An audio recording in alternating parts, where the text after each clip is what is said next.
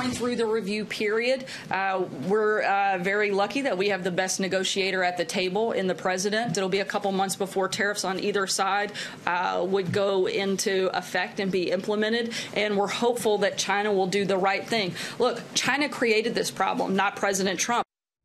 White House spokeswoman Sarah Huckabee Sanders today describing the state of trade relations between the U.S. and China.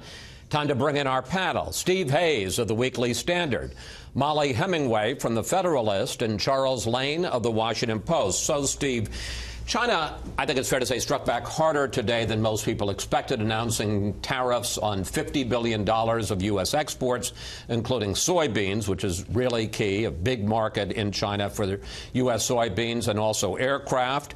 But no dates were set, and the Trump administration says it's not setting a date. It's going to go through a process that goes into mid or late May. So are we in a trade war with China or not?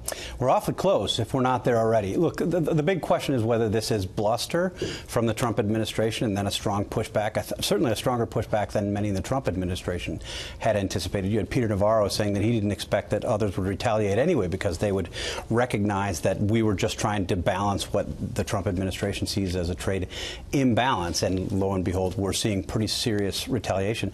Look, I think the Chinese were smart and strategic about how they retaliated. It's very clear that they picked industries and products that help fuel the economies in red states where Donald Trump did well, or states that Donald Trump won in. Those are obviously going to be potentially politically painful for the president if, in fact, this goes through.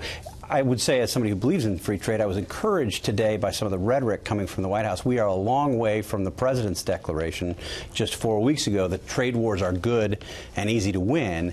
We're now hearing people like Larry Kudlow and others saying, look, trade wars aren't good. The president's a free trader.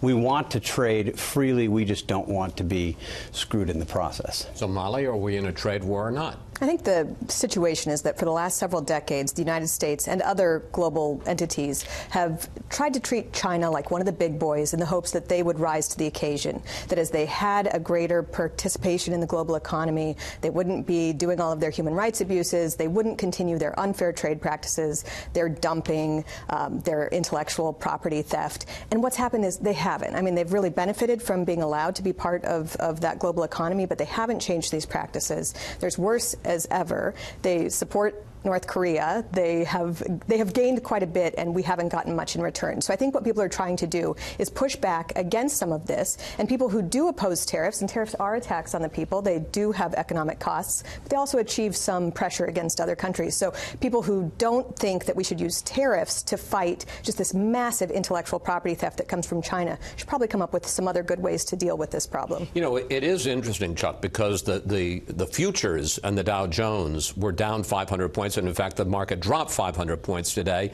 It ended up 230 points. So that's what, a 730-point swing.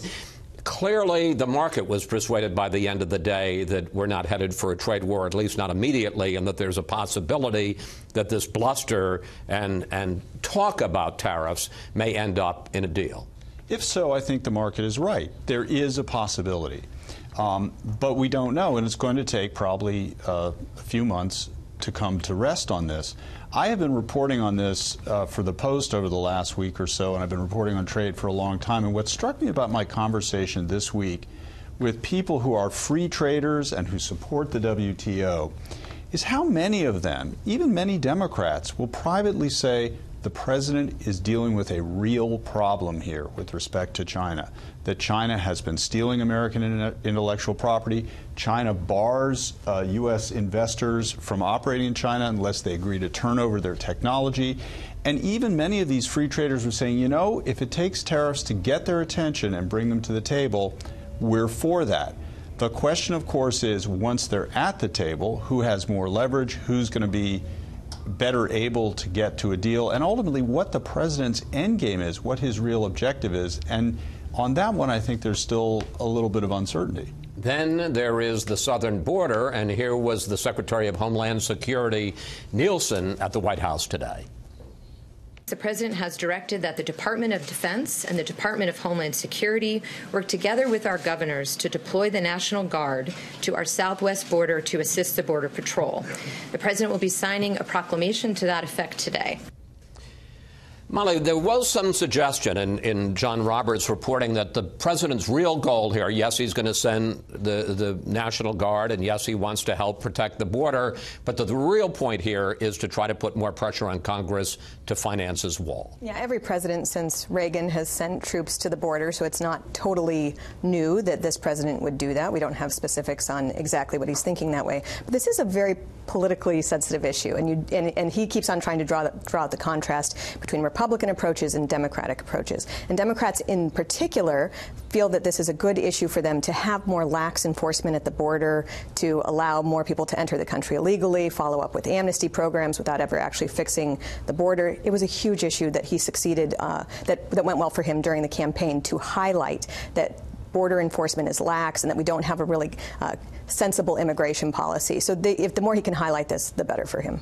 I want to get, and we have about a minute left in this segment, Steve, to one more thing, and that is the news today that Special Counsel Robert Mueller apparently told the president's lawyers that he is not the target of a criminal investigation, but he is the subject of a criminal investigation as part of an effort to get him to sit down to testify, and that the focus seems to be much more on the issue of obstruction of justice than collusion with the Russians. What do you make of all that? Well, it's good news for the president, with an asterisk. I mean, it's good news for the president now, as we speak now. Of course, as others with far more expertise in this matter than I have pointed out, that can change at any given moment. I think there's no reason to believe that it will change. We likely would have heard about the significant evidence of the kind of collusion that people were talking about a year ago, or when Robert Mueller was appointed, if Robert Mueller had it. I say all of that and then caution yet again, there's a lot we don't know at this point. And then, of course, there's also the question of how the president would perform and what he would say.